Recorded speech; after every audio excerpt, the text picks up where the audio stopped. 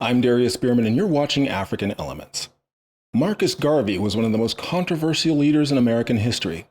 His travels and experiences in Central America, North America, and the Caribbean shaped his black nationalist and anti-colonial views.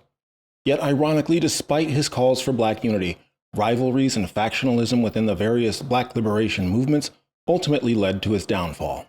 We'll see how, coming up next.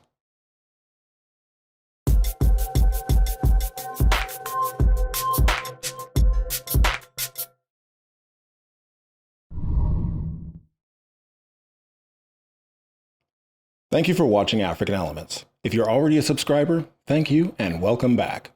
If you're new to this channel, we produce content in Black and Africana studies and bring it right here where the people are at. Check out our webpage, africanelements.org, for additional videos and news articles updated daily. To support this content, be sure to drop a like, comment, and subscribe. Or you can become one of the history makers in our growing Patreon community. In this video, Marcus Garvey and Pan-Africanism. Marcus Mosiah Garvey was born in St. Ann's Bay, Jamaica, 1887. During his early years, he experienced the grip of colonization. Growing up, Garvey encountered racial discrimination from white teachers, and restrictions within the Jamaican school system forced him to leave at age 14. Having become a printer's apprentice with his uncle, he learned a trade that taught him the power of the written word that he would wield in years to come. Garvey traveled to Central America at age 23. Witnessing how colonialism kept black people trapped in certain areas, often living in squalor. He spent 2 years as a timekeeper on the banana plantations of the United Fruit Company in Costa Rica. There, Garvey witnessed firsthand the terrible conditions many workers lived and worked under and how the company exploited them. He noticed similar exploitation in his travels through Honduras, Ecuador, Colombia, and Venezuela. Garvey came to realize that black people in the Americas, the Caribbean, and West and South Africa had strong reasons to collectively fight to gain equal recognition in the international political economy and economic independence. When he returned to Jamaica, he began speaking out against the injustices he had observed. His speeches and writings soon attracted a growing following. Garvey grew to understand that to sustain and grow the economic well-being of their communities required political networking between these communities within the diaspora that are well-connected and interested in collective political activism. Returning to Jamaica in 1914, he formed the Universal Negro Improvement Association, or UNIA, under the banner Africa for the Africans. He also discovered the book that would act as the final puzzle piece in his worldview, Booker T. Washington's Up from Slavery. In 1916, Garvey came to the United States at the invitation of Booker T. Washington. However, his idol died before he arrived. On his arrival in Harlem, he began traveling, speaking, and observing the plight of African Americans with the help of fellow activists. In 1917, Marcus Garvey founded the New York City branch of the Universal Negro Improvement Association and began publishing his newspaper, The Negro World. A strong proponent of pan-Africanism, Garvey believed that black people should unite across borders and continents. He was also vocal about the need for blacks to gain economic independence. Garvey toured this message throughout the United States and established new UNIA chapters. His followers took to the streets during both scheduled and spontaneous marches, and these so-called Garveyites waited for the new issues of his newspaper, hanging on every word. Many African leaders wanted independence from European colonial powers, and seeing the opportunity to help them, Garvey began speaking out against colonialism. His speeches reached far beyond the borders of Africa, as he became the voice for all those who felt oppressed by white supremacy and colonialism. But Garvey also attracted controversy. Garvey arrived in the United States at a time when varying philosophies competed for the hearts and minds of black Americans in the struggle forward. While UNIA was developing a following, Garvey became increasingly famous for attacking other black leaders who espoused integrationist views. In contrast to W.E.B. DuBois and the NAACP, which fought for integration and social equality, Garvey had been a disciple of Booker T. Washington's doctrine of racial separation and self-determination. Also rising to prominence were the socialist and communist parties who sought to create class unity between working-class whites and blacks.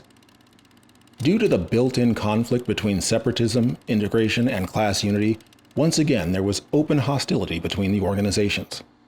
Often the battle got ugly.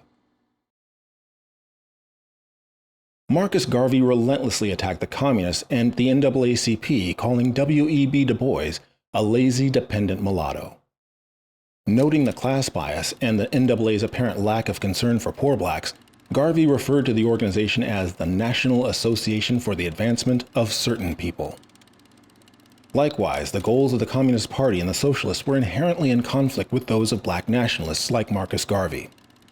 Most glaringly, Garvey was a capitalist black nationalist, a position which immediately put him at odds with the Communist and Socialist parties.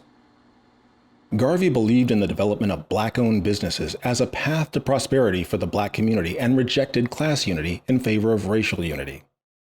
While Marcus Garvey sought a pan-African approach, a viewpoint that placed blacks in the United States in common cause with blacks on the continent of Africa and throughout the world, the communists sought a broader class-based international coalition not confined by race or pan-Africanism.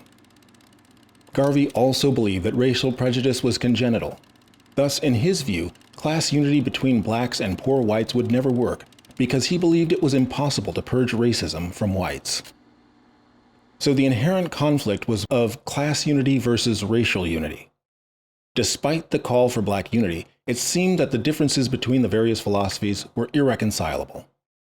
A. Philip Randolph, who embraced socialism, referred to Marcus Garvey as the supreme Negro Jamaican jackass, an unquestioned fool and ignoramus.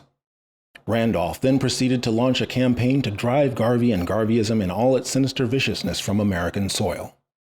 However, Garvey's lack of business sense would be his undoing.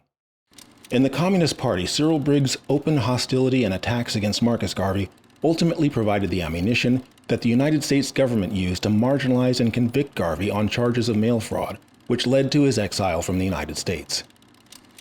Garvey managed to create successful businesses with UNIA funds, but his habit of placing ill-equipped loyalists in critical positions caused many to be poorly run. His Harlem-based companies teetered close to ruin, but it was his vision for a cruise ship line that would finally sink him. Garvey founded the Black Star Line in 1919 as part of a larger vision of pan-African nationalism and economic and political self-determination. He sought to create an African nation in Africa and believed that the best way to achieve this goal was through black colonization. His plan was to buy a fleet of ships and sail them to Africa, believing that if he could get enough money together, he could start a black colony in Liberia. To enact his vision, Garvey had to network with the governmental organizations that held the keys to the passageways the ships needed to build a nation-state on the continent of Africa and foster black economic independence.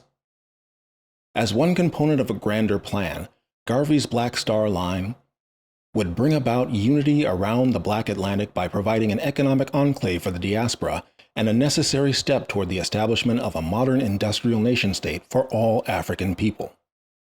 By the 1920s, Garvey and UNIA had attracted the attention of the FBI, as informants and agents infiltrated the UNIA management structure. After gaining his trust, these well-placed informants tricked him into paying 6 times what his first ship was worth. They then sabotaged other ships he acquired. By early 1922, Garvey's Black Star Line had been losing money for years, and he had been using the company to fund his personal life. When the FBI raided his office, they found the evidence of fraud they were looking for in the form of a picture of a ship that the Black Star Line didn't actually own. The image was doctored to show the ship's name as Phyllis Wheatley.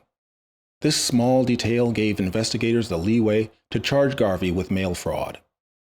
While out of jail, Garvey made the mistake of meeting with the Grand Wizard of the Ku Klux Klan. He invited him to speak at his rallies, thinking it would help him gain more supporters. But this association just gave his critics more ammunition against him. Then, in 1923, he made another terrible decision to represent himself in court.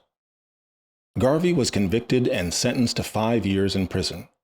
After serving only 2.5 years, President Coolidge had him deported to Jamaica. Ultimately, having suffered a series of strokes, Garvey died in London in 1940 at the age of 52. However, his ideas lived on. Malcolm X adopted many of Garvey's beliefs, including his emphasis on self-reliance, Pan-African black unity, and most importantly, black nationalism. What are your thoughts on Garveyism? Was it possible for Garvey and his rivals to come together and find common ground? Let's have that conversation in the comments below. I'm Darius Spearman, and if you made it this far, I hope you'll consider joining the history makers in our Patreon community who make it possible for me to continue to make this content. As always, thank you so much for your support. If you'd like to become a history maker, you can join them for as little as $1 a month and gain early access to ad-free videos. Otherwise, thank you for watching, and until next time, I'll see you in the comments.